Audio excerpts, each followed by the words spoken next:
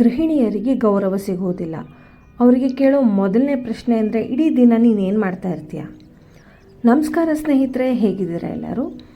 ಇವತ್ತು ನಾನೊಂದು ಎಲ್ಲರ ಮನೆಯಲ್ಲಿ ನಡೆಯುವಂಥ, ಸಾಮಾನ್ಯವಾಗಿ ಮಹಿಳೆಯರು ಅನುಭವಿಸುವಂತಹ, ಫೇಸ್ ಮಾಡುವಂಥ ಒಂದು ಪ್ರಾಬ್ಲಮ್ನ ಇಲ್ಲಿ ಡಿಸ್ಕಸ್ ಮಾಡ್ತಾ ಇದ್ದೀನಿ. ಏನಂದರೆ, ಗೃಹಿಣಿಯರಿಗೆ, ಹೌಸ್ ವೈಫ್ಸ್ ಏನಾಗಿರ್ತಾರೆ ಅವರಿಗೆ ದಿನ ಕಳೆದಂತೆ, ವರ್ಷಗಳು ಕಳೆದಂತೆ ಅವರಿಗೆ ಗೌರವ ಒಂಥರ ಕಡಿಮೆ ಆಗ್ತಾ ಹೋಗ್ತಾ ಇರುತ್ತೆ ಅವರದೇ ಮನೆಯವರಿಂದ.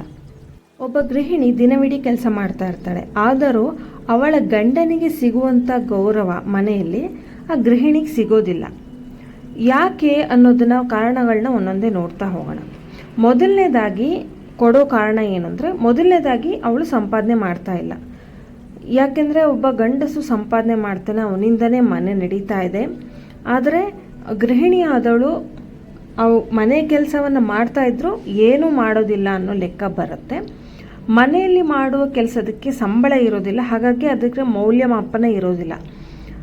ಅಂದರೆ ಹಣ ಈಸ್ ಈಕ್ವಲ್ ಟು ಗೌರವ ಅನ್ನೋ ಭಾವನೆ ಆಲ್ಮೋಸ್ಟ್ ಎಲ್ಲರ ಮನೆಯಲ್ಲೂ ಇರುತ್ತೆ.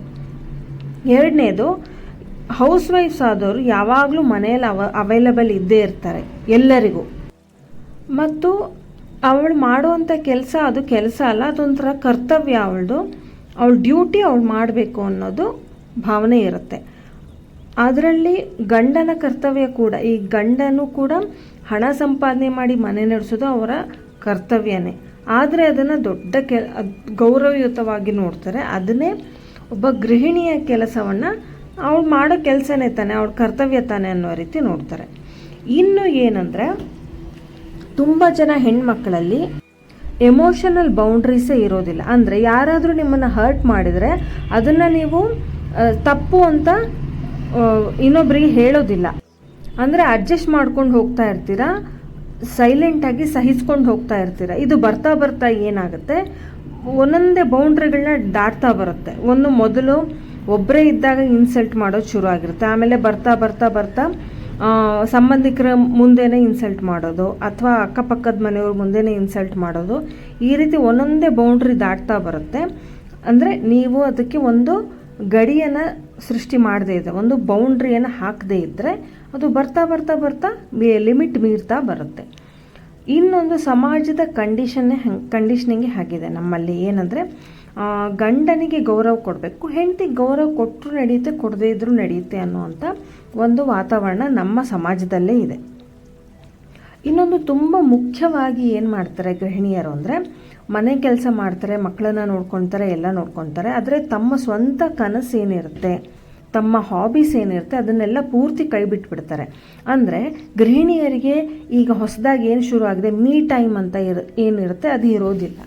ಅಂದರೆ ಈ ತುಂಬ ಜನ ಏನು ಮಿಸ್ಅಂಡರ್ಸ್ಟ್ಯಾಂಡ್ ಮಾಡ್ಕೊಂಡಿದ್ದಾರೆ. ಮೀ ಟೈಮ್ ಅಂದರೆ ಬ್ಯೂಟಿ ಪಾರ್ಲರಿಗೆ ಹೋಗೋದು, ಮೇಕಪ್ ಮಾಡ್ಕೊಳ್ಳೋದು, ಅಥವಾ ಸ್ಕಿನ್ ಕೇರ್ ಮಾಡ್ಕೊಳ್ಳೋದು, ಇದೆಲ್ಲ ಇಂಪಾರ್ಟೆಂಟೇ. ಆದರೆ ನಿಮ್ಮ ಸ್ವಂತ ಹಾಬೀಸ್ ಏನಿದೆ, ನೀವು ಸಂಗೀತ ಕಲಿತಾ ಇದ್ರಾ, ಮುಂಚೆ ಪೇಂಟಿಂಗ್ಸ್ ಮಾಡ್ತಾ ಇದ್ರಾ, ಪುಸ್ತಕ ಓದ್ತಾ ಇದ್ರಾ, ಅಥವಾ ನಿಮಗೋಸ್ಕರ ನೀವೇನಾರು ಮಾಡ್ಕೊಳ್ತಾ ಇದ್ರಾ, ಅದು ಯಾವುದನ್ನು ನೀವು ಏನಂತಾರೆ ಅದನ್ನು ಮತ್ತೆ ಶುರು ಮಾಡೋದಿಲ್ಲ. ನೀವು ಮನೆ ಕೆಲಸದಲ್ಲೇ ಮುಳುಗೋಗಿರ್ತೀರ. ಇನ್ನೊಂದು, ತುಂಬ ಮುಖ್ಯವಾಗಿ ನನಗನ್ನಿಸಿದ ಹಾಗೆ ಗೃಹಿಣಿಯರು ಮಾಡೋ ತಪ್ಪು ಅಂದರೆ, ಟೈಮ್ ಸಿಕ್ಕಾಗೆಲ್ಲ ಟಿ ವಿ ನೋಡ್ತಾ ಕೂತ್ಕೊಳ್ಳೋದು. ಇದರಿಂದ ಏನಾಗುತ್ತೆ ಅಂದರೆ, ನಿಮಗೆ ಉಪಯೋಗಕ್ಕೆ ಬರುವಂಥದ್ದನ್ನು ನೀವು ಮಾಡೋಕ್ಕೆ ಹೋಗಲ್ಲ. ಅಂದರೆ ನನ್ನ ಮಾತಿನ ಅರ್ಥ, ಈ ಹಿಂದಿನ ಕಾಲದ ಥರ ಈಗ ಹೊರಗಡೆನೇ ಹೋಗಿ ದುಡಿಬೇಕು ಅನ್ನೋವಂಥ ಅವಶ್ಯಕತೆ ಇಲ್ಲ.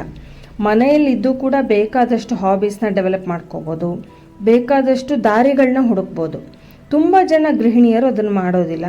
ಫಾರ್ ಎಕ್ಸಾಂಪಲ್, ಒಂದು ಯೂಟ್ಯೂಬ್ ಚಾನಲ್ ಓಪನ್ ಮಾಡೋದು ಅಂತಲೇ ಇಟ್ಕೊಳ್ಳಿ.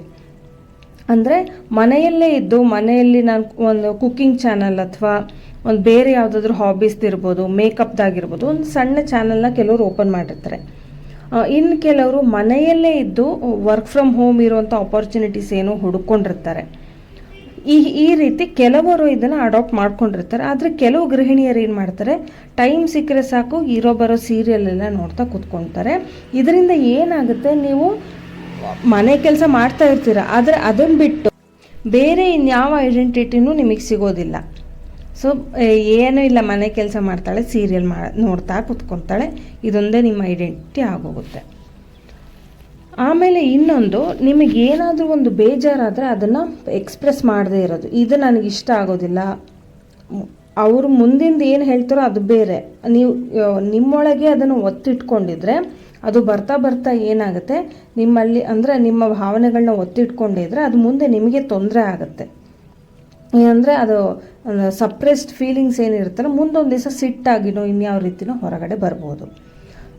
ಹಾಗಾದರೆ ಏನು ಮಾಡಬೇಕು ಗೃಹಿಣಿಯರು ಅಂದರೆ, ಸೊಲ್ಯೂಷನ್ ಏನು ಅಂದರೆ ಸಣ್ಣ ಸಣ್ಣ ಟಿಪ್ಸ್ನ ಫಾಲೋ ಮಾಡಬೇಕು. ಏನಂದರೆ, ಮೊದಲು ನೀವು ನಿಮ್ಮ ಮನೆ ಕೆಲಸಕ್ಕೆ ಎಷ್ಟು ಇಂಪಾರ್ಟೆನ್ಸ್ ಕೊಡ್ತೀರೋ, ನಿಮ್ಮ ಒಂದು ಹಾಬೀಸ್ ಏನಿರುತ್ತೆ, ನೀವು ಇಷ್ಟಪಡುವಂಥದ್ದು ಏನಿರುತ್ತೆ, ಸಂಗೀತ ಆಗಿರ್ಬೋದು, ಪೇಂಟಿಂಗೋ ಏನೋ ಆಗಿರ್ಬೋದು, ಕಸೂತಿ ಆಗಿರ್ಬೋದು, ಅದಕ್ಕೂ ಒಂದು ಸ್ವಲ್ಪ ಗೌರವ ಕೊಟ್ಟು ಅದಕ್ಕೊಂದು ಟೈಮ್ ಅಂತ ಫಿಕ್ಸೆಡ್ ಆಗಿ ಇಡಿ.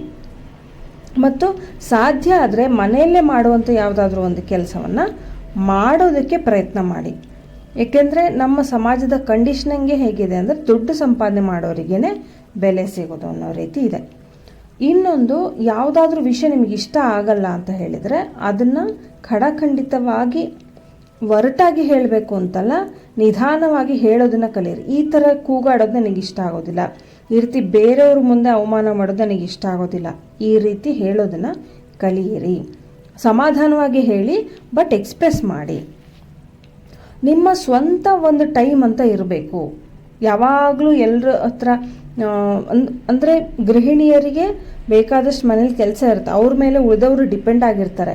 ಆದರೆ ನಿಮ್ಮದೊಂದು ಸ್ವಂತ ಟೈಮ್ ಇಲ್ಲದೆ ಇದ್ದರೆ, ನೀವು ಯಾವಾಗಲೂ ಅವೈಲಬಲ್ ಇದ್ದರೆ, ನಿಮಗೆ ಏನಂದರೆ ಒಂದು ಅಷ್ಟು ರೀತಿ ಗೌರವ ಸಿಗೋದಿಲ್ಲ. ಯಾವಾಗಲೂ ಅವೈಲಬಲ್ ಆಗಿ ಯಾರು ಇರ್ತಾರೋ ಅವರಿಗೆ ಗೌರವ ಸಿಗೋದಿಲ್ಲ. ಇನ್ನೊಂದು, ಬೇರೆಯವರ ಏನು ಸಿಟ್ಟಿರುತ್ತೆ, ಈಗ ಕೆಲವ್ರ ಮನೇಲಿ ಹೇಗಿರುತ್ತೆ ಅಂದರೆ, ಗಂಡಂಗೆ ಆಫೀಸಲ್ಲಿ ಏನಾದ್ರು ಟೆನ್ಷನ್ ಆದಾಗ ಬಂದು ಮನೇಲಿ ಹೆಂಡತಿ ಮುಂದೆ ಕೂಗಾಡಿ ಅವ್ರ ಟೆನ್ಷನ್ನ ಕಳ್ಕೊಳೋದು, ಈ ರೀತಿ ಅಭ್ಯಾಸ ಇರುತ್ತೆ. ಇದನ್ನು ನೀವು ಅಭ್ಯಾಸ ಮಾಡಿಸ್ಬೇಡಿ ಮನೆಯಲ್ಲಿ. ಯಾಕೆಂದರೆ ಈಗ ತಂದೆ ಅಂದರೆ ಗಂಡ ಮಾಡ್ತಾ ಇದ್ದಾರೆ, ಮುಂದೆ ಮಕ್ಕಳು ಅದನ್ನೇ ಮಾಡ್ತಾರೆ. ಅಂದರೆ ನಿಮ್ಮ ಮನೆಯವರ ಪಂಚಿಂಗ್ ಬ್ಯಾಗ್ ಆಗುವಂಥ ಅವಶ್ಯಕತೆ ಇಲ್ಲ. ಇನ್ನೊಂದು, ಫೈನಾನ್ಷಿಯಲಿ ಇಂಡಿಪೆಂಡೆಂಟ್ ಆಗಲಿಕ್ಕೆ ಪ್ರಯತ್ನ ಪಡಿ. ಏನಂದರೆ, ಒಂದು ಸಣ್ಣ ಪಾರ್ಟ್ ಟೈಮ್ ಜಾಬ್ ಮಾಡೋದು, ಅಥವಾ ಆನ್ಲೈನ್ ಎಲ್ಲಾದರೂ ವರ್ಕ್ ಫ್ರಮ್ ಹೋಮ್ ಮಾಡೋದು, ಒಂದು ಸಣ್ಣ ಯೂಟ್ಯೂಬ್ ಚಾನಲ್ ಓಪನ್ ಮಾಡ್ಕೊಳ್ಳೋದು. ಇನ್ನೊಂದು, ನಿಮ್ಮದೇ ಆದ ಬ್ಯಾಂಕ್ ಅಕೌಂಟ್ನ ಓಪನ್ ಮಾಡಿ ಇಟ್ಕೊಳ್ಳಿ.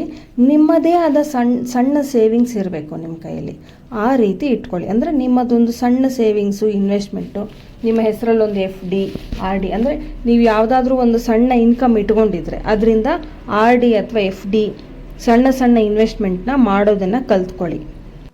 ಇದರಿಂದ ಏನಾಗುತ್ತೆ, ನಿಮಗೆ ಅಂದರೆ ನನ್ನ ಹೆಸರಲ್ಲಿ ಒಂದು ಸ್ವಲ್ಪ ದುಡ್ಡಿದೆ ಅನ್ನೋದು ಒಂದು ಸ್ವಲ್ಪ ಆತ್ಮವಿಶ್ವಾಸ ನಿಮಗೆ ಕೊಡುತ್ತೆ. ಇದಿಷ್ಟು ಸಮಾಜದಲ್ಲಿ ಗೃಹಿಣಿಯರ ಬಗ್ಗೆ ಇದ್ದ ದೃಷ್ಟಿಕೋನ ಮತ್ತು ಅವ್ರು ಫೇಸ್ ಮಾಡುವಂಥ ಪ್ರಾಬ್ಲಮ್ಸು ನನ್ನ ಅಭಿಪ್ರಾಯದ ಪ್ರಕಾರ. ಸೊ ನಿಮಗೇನು ಅನಿಸುತ್ತೆ ಅನ್ನೋದನ್ನು ಕಮೆಂಟ್ಸ್ನಲ್ಲಿ ತಿಳಿಸಿ.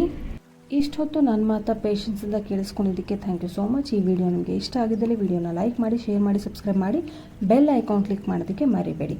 Thank you so much for watching.